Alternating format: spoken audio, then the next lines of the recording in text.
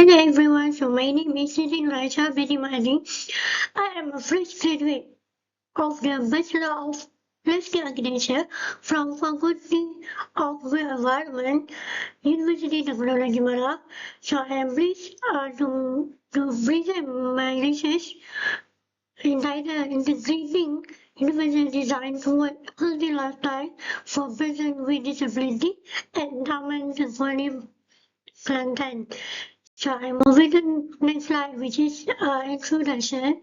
So the research study focused on the inclusive design at Tengguanis Park for disability persons who are healthy lifestyle.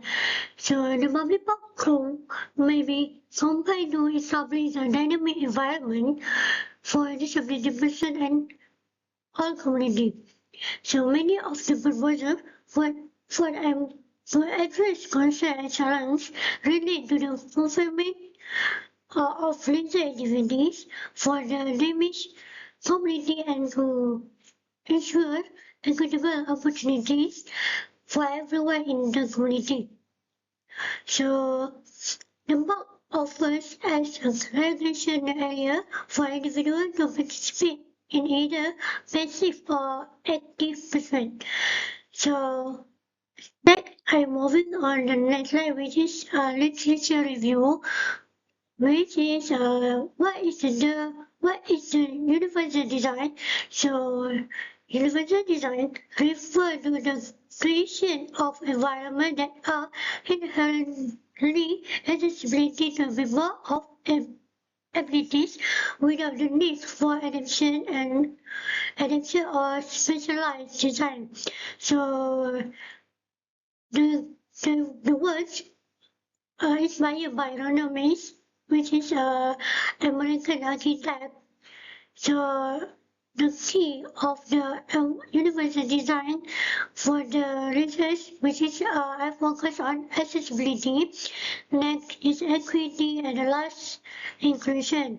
So I want to show the 7 principles of universal design, which is the first one is equitable use, second is flexibility use, third is simple intuitive use, and fourth is perceptible information, next is tolerance for error, next is low physical effort, the last is size and space use. So next, I'm moving on the next slide, which is observation, which is methodology.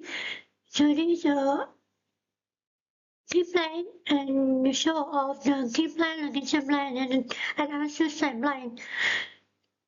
So the main Mandarin one is a public park in Cotabaru, London, not for the large greenery, recreational facilities and family-friendly environment. So as you can see, the map is can show the site contact of the map. So next I will move on the site inventory analysis, which is land use and zoning. So the site, so as you can see the map, which is to tolerate what is generalized and surrounded use, land use, that support natural and urban features, which is focused on residential area, commercial area, so in the institutional area and informal clean area. So now I'm moving on the next slide, which is so this as you can see this existing of map existing of map, which is residential area, institutional area, and also recreational park. So what I want to focus on analysis to support natural and urban features. So now I'm moving on the next slide, which is accessibility and exploration. So as you can see, this is I just think currently of the night of road and also night which is vegetable and wildlife. So I can see the traffic of and also blind of I just think plant thing and also this is also vegetation and wildlife, which is focus on three types, which is tree population zone, conservation, and the last proposed new planting. So next, the methodology I focus on the facility amenities. So now which is land use and zoning accessibility, which is known as site synthesis. Site synthesis, which is so now I focus on the issue and problem of the site, which is the design concept for integrating individual design for what her early lifetime. Early lifetime was person with disability and development defined mark. So currently, you can see the map support with the issues and problems that handle the full potential. This design gaps collective effect the effectiveness of the mark to promote early lifetime for the users, especially the disabled community. So now I'm moving on the next slide, which is finding and discussion, which is I call this disabled, which is uh, the solution. The solution what I propose, which is inclusive and friendly infrastructure access. So the strategy is important design strategy to integrate individual design toward her healthy lifestyle. So this to ensure that every individual, regardless of age, ability, or background, and also to enjoy the mark safely and independently. So as you can see, this is uh, my idea, the word which is the symbol of accessibility for disabled person. So now I'm moving on the next slide, which is uh, I can see the perspective I show can support the disabled person to create the moment at the box. So now I'm moving on to the next slide, which is sensory engagement and edible bonding.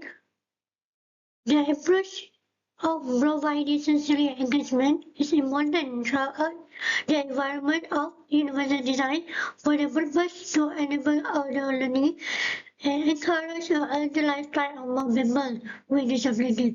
For individuals with development, essentially cognitive challenge, sensory engagement enhance the learning process by promoting connection, touch, sound, sight, smell, and also movement. So this approach helps with relationship perspective, listen, identity, and also support with the sustainable development goal, which is with support SDG 3 and also SDG 11 to ensure healthy life for disabled person and also all community. We propose the inclusive bulk and also sustainable cities. So as you can see the perspective and also section revision that I show. So then I'm moving on the next slide, which is conclusion. So, finding of the universal design principle to promote a healthy lifestyle for all users. The following element of the landscape design aim to integrate universal design that reform policy and guideline in Malaysia. The overall landscape design approach reflects an approach to inclusive design encourage social engagement, physical activity, and also emotional wellness for users of all abilities that's linking with utilization of universal design to health and well-being. So the proposed solution are somewhat research, design cases, and feedback from the stakeholder. Thus, the landscape design will be integrating in universal design that support well-being for persons with disability will achieve the design objective. So that's all from me. Thank you for your attention.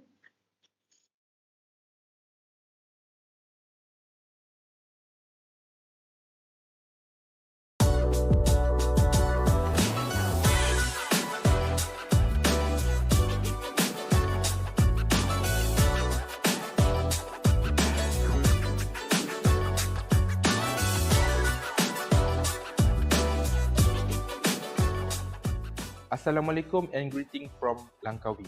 I'm Nur Asfarul Azhar bin Haris, Senior Lecturer here at Langkawi Tourism Academy at College Community Langkawi. I'm the lead researcher for this study which related to person with disability, PWD, to be included in the hospitality industry. Our research is about evaluating the impact of inclusive industrial experiential learning for students with disabilities using Kirkpatrick 4-level model.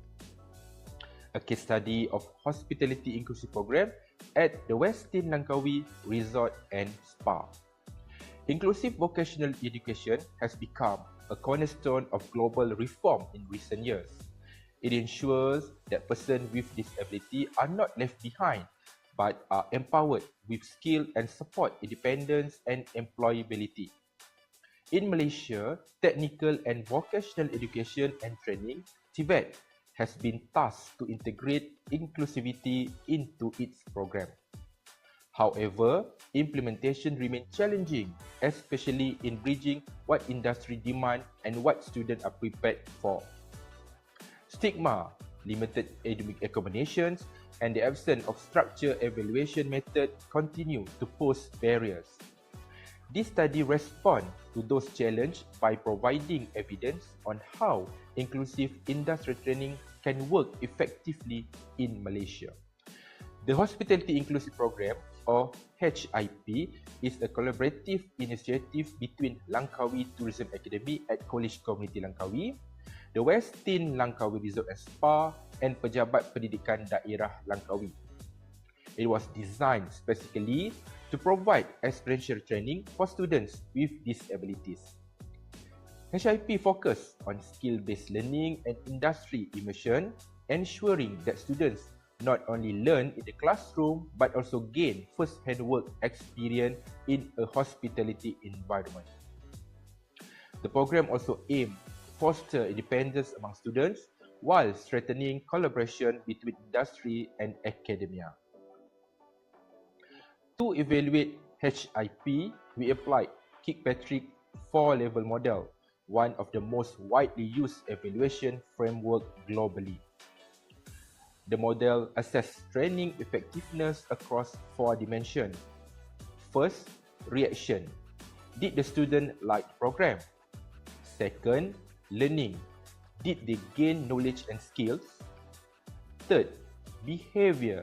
Did they apply these skills in real-life context? And fourth, results. Did the program lead to broader benefit for institutions, industry, and society? As for our methodology, this study used a quantitative cross-sectional design. We gathered data through a structured questionnaire adapted from validated instruments, which a 5-point Likert scale. Participants include 25 school students with disability from multiple schools in Langkawi. Industry mentors, academic facilitators, as well as the students' parents. Data collection was conducted both in paper and digital form, with accommodations such as simplified language, verbal administration, and visual aids to ensure inclusivity. Analysis was carried out using SPSS version 26, employing descriptive statistics to summarize findings, reliability tests to ensure consistency, and inferential methods such as correlation and regression to examine the relationship across the 4 levels of Kirkpatrick's model. Moving on to our research findings, at the first level, reaction. Students reported high level of satisfaction with a mean score of 4.79. They especially value inclusion and enjoyment during the program. However, their confidence in independently performing tasks was slightly lower, with a mean of 3.57. This highlights the need for additional support structure to help them transition towards greater autonomy. At the second level, learning. Skill acquisition was rated positively by both students and facilitators. Reliability testing confirmed consistency with Cronbach alpha of 0.770. Correlation analysis showed that student reaction significantly predicted learning outcomes, with a correlation of 0.624 at a significant level of P equal 0.004. This suggests that when students enjoy this program, they were more likely to learn effectively. At the third level, behavior, parents and teachers observed clear post-program improvements. Students became more responsible, more independent, and applied their new skill in daily context. Regression analysis confirmed that learning significantly predicted behavior with a beta value of 0.723 and significant at P equal 0.008. This demonstrates that the knowledge and skill gained were successfully transferred into real-world behavior. Finally, at the fourth level, result. Stakeholders emphasize strong institution benefits. This includes greater employability readiness for students, improved collaboration between industry and academia, and a positive shift in attitudes toward persons with disabilities. Results were rated highly, with a mean score of 4.81. Regression analysis further showed that reaction and learning together explain 55% of the variance in results. This finding confirmed that HIP not only work at the student level but also generate broader systemic impact. Let's delve into the research discussion. Our findings show that students report very high satisfaction with the program, especially in terms of inclusion and enjoyment, with an average score of 4.79. This aligns with studies such as Raza et al. In 2021, who emphasized that positive emotional engagement enhanced learning outcome. However, we did not note that student confidence in working independently was lower at 3.57. This indicates the need for stronger scaffolding and structured support to help students build autonomy over time. In terms of learning, students demonstrate strong acquisition of hospitality skills validated by mentors and facilitators. Reliability testing confirmed this with a Cronbach alpha at 0.770. This supports Chan et al. 2021 findings that experiential learning is a key to developing employability skill in hospitality. Our study suggests that TVET program should continue emphasizing workplace immersion, since it not only develops technical skills but also soft skills such as teamwork and communication. One of the most encouraging findings was the transfer of learning into real-life behavior. Parents and teachers observed that students become more responsible, independent, and apply their new skill beyond the program. Regression analysis further confirmed that learning significantly predicted behavior with a beta value of 0.723. This is consistent with Kirkpatrick's model, which emphasized that training effectiveness is proven when skills are applied in everyday context. It also reinforced Florian et al. 2013 argument that inclusive education outcomes are best sustained when supported by families and communities. At the highest level of Kirkpatrick's model, we observe strong institutional and societal benefit. Stakeholders reported improved employability readiness among students with disability and stronger collaboration between academia and industry. Results were rated very highly at 4.81, and regression analysis showed that reaction and learning together explain 55% of the outcome. This aligns with No et al. 2021 study in Malaysian Tibet, which also used Kirkpatrick model to evaluate work readiness. What this tells us is that inclusive programs like HIP create dual benefit, empowering students and helping organizations become more inclusive. From an academic perspective, this study extends the literature on inclusive vocational training by applying a validated evaluation model in Malaysian hospitality context. While global research has explored inclusion in education broadly, few studies have systematically evaluated inclusive hospitality training. Our work addresses this gap and provides a structured, evidence-based framework for assessing similar programs in the future. Finally, the practical implications of our findings are clear. First, industry partners should integrate structured mentorship to support students with disability more effectively. Second, policymakers should encourage cross-sector partnership as collaboration between TVET institutions and industry produce measurable impact. Third, programs like HIP should not remain pilots but be scaled and adapted to other sectors beyond hospitality. Doing so will expand opportunities for persons with disabilities while strengthening Malaysian inclusive workforce agenda.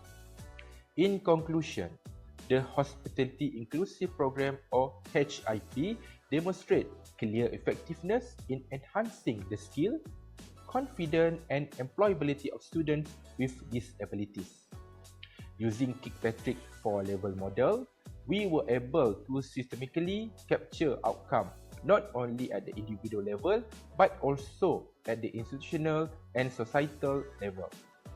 The findings show that students enjoy and learn from the program, apply this skill in their daily life, and that industry and education partner also benefited through stronger collaboration and improved readiness for inclusion. Overall, HIP provides a scalable and evidence-based model for inclusive vocational education in Malaysia. Based on the findings, we propose several recommendations. First, the Hospitality Inclusive Program should be scaled to other TVET institutions and adapted to different sectors beyond hospitality. Second, future research should adopt a longitudinal approach so we can observe whether the positive impact such as behavior change and employability are sustained over time. Third, industry partnership should be expanded since employers play a critical role in providing meaningful work experience. Finally, policy framework need to be strengthened, ensuring inclusivity is embedded into national TVET strategies and that resources are provided to support persons with disabilities in the workforce. This study and program would not have been possible without the strong support of many partners. We would like to acknowledge Langkawi Tourism Academy and our dedicated team members for leading this initiative. We also thank the Department of Polytechnic and Community College Education, JPPKK, and the Ministry of Higher Education for their guidance and support. Special appreciation goes to the Westin Langkawi Resort and Spa, and Merit International as well as Pejabat Pendidikan Daerah Langkawi for being our industry collaborators and opening doors for students with disabilities. Finally, we extend our gratitude to the students, parents, educators, and stakeholders who participate and make the Hospitality Inclusive Program a success.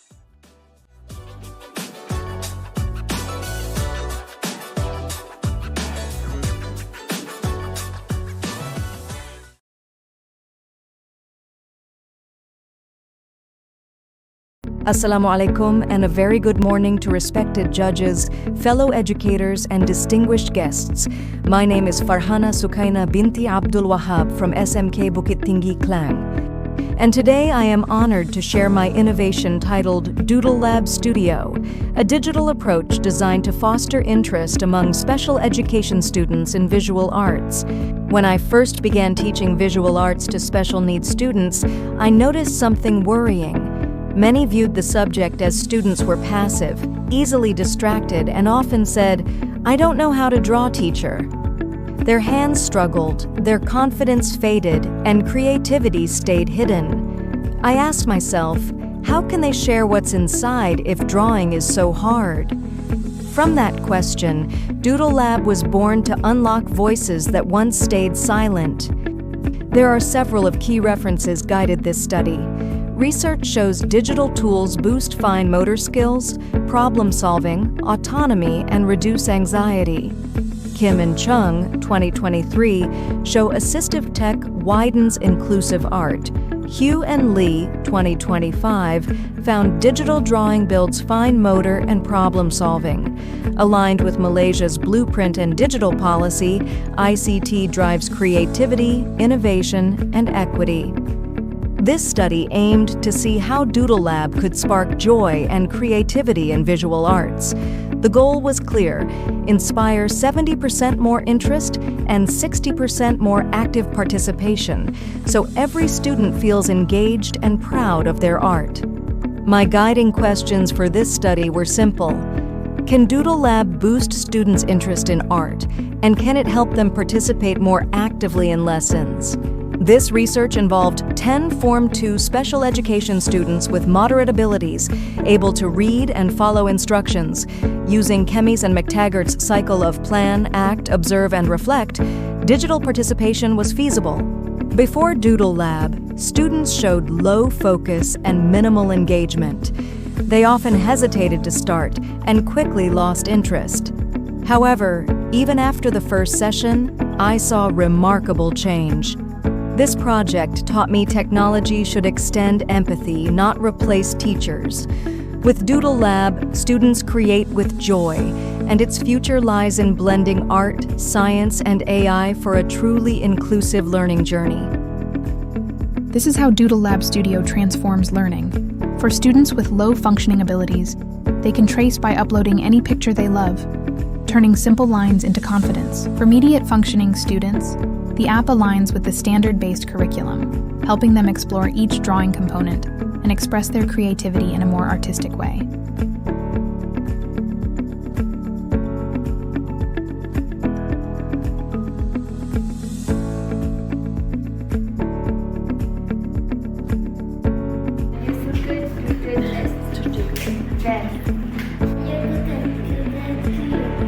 Students were smiling, exploring colors, and saying things like, "Cikgu, cantik lukisan saya." Their confidence began to rise, and that was the turning point. From April-June 2025, research ran through 4 programs: Intro, Reinforcement, Enhancement, and Post-Test. Students learned colors, balance, and self-expression. Data came from checklists, reflections, and observation. After implementation, interest in visual arts rose from 50% to 90%, while engagement grew from under 60% to 80%. Students became more motivated, consistent, and expressive in ideas, color, and composition. Unlike conventional art classes that require paper, brushes, and paint, Doodle Lab Studio required zero material cost. It was not only environmentally friendly, but also accessible for schools with limited resources. This project taught me technology should extend empathy, not replace teachers. With Doodle Lab, students create with joy, and its future lies in blending art, science, and AI for a truly inclusive learning journey. This innovation earned platinum and gold awards and national recognition, but the true success was seeing my students proudly showcase their artwork for the first time. That moment was the real achievement. Ladies and gentlemen, every child deserves a chance to imagine. Doodle Lab Studio shows that inclusion is not about fitting them to our system, but redesigning it for them. Let's unlock their world and unleash their art. Thank you.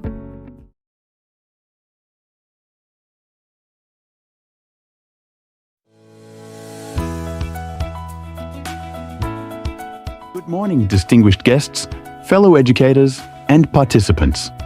I am Wan Muazzam from Sekolah Kebangsaan Klang Melaka. I will present my action research on Kebalas 100M, an assistive device designed to empower visually impaired students in sprinting activities. What is Kebalas 100M? An assistive running device created in SK Klang. Designed to help visually impaired students run safely and to reduce reliance on guide runners. Traditionally, visually impaired who joined running activities depended entirely on guide runners. Had several limitations, it was a dependence, limited autonomy, safety risks, and psychological impact. Let's we see video provided.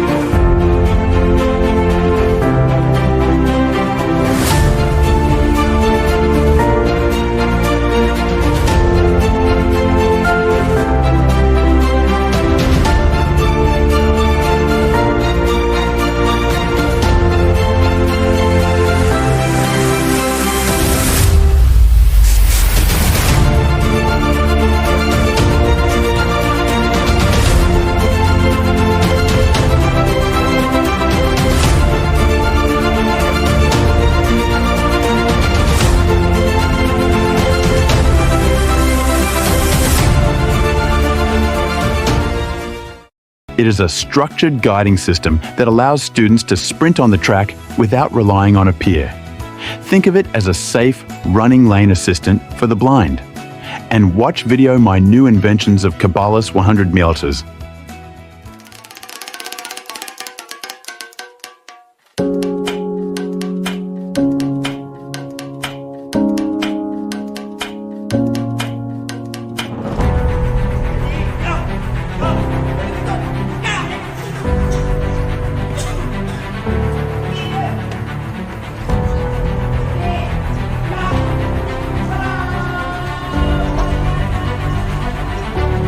Yes!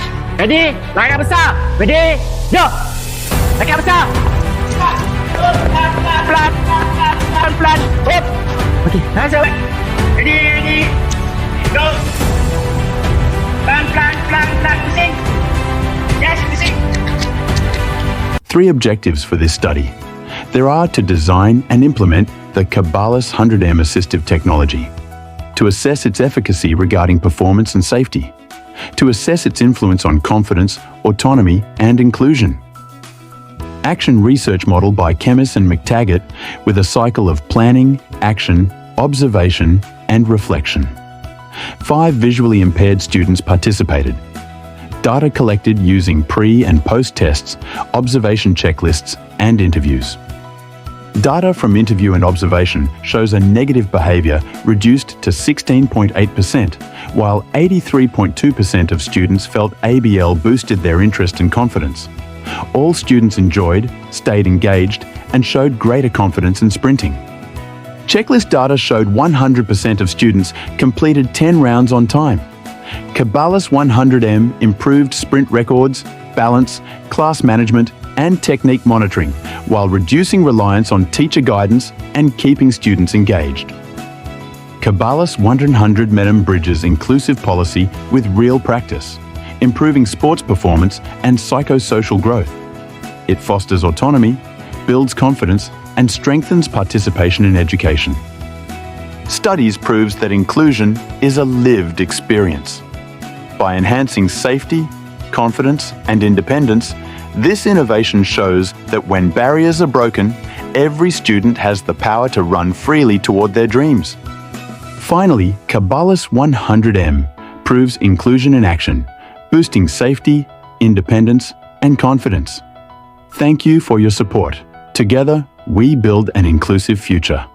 Salam sejahtera to all, and bye-bye.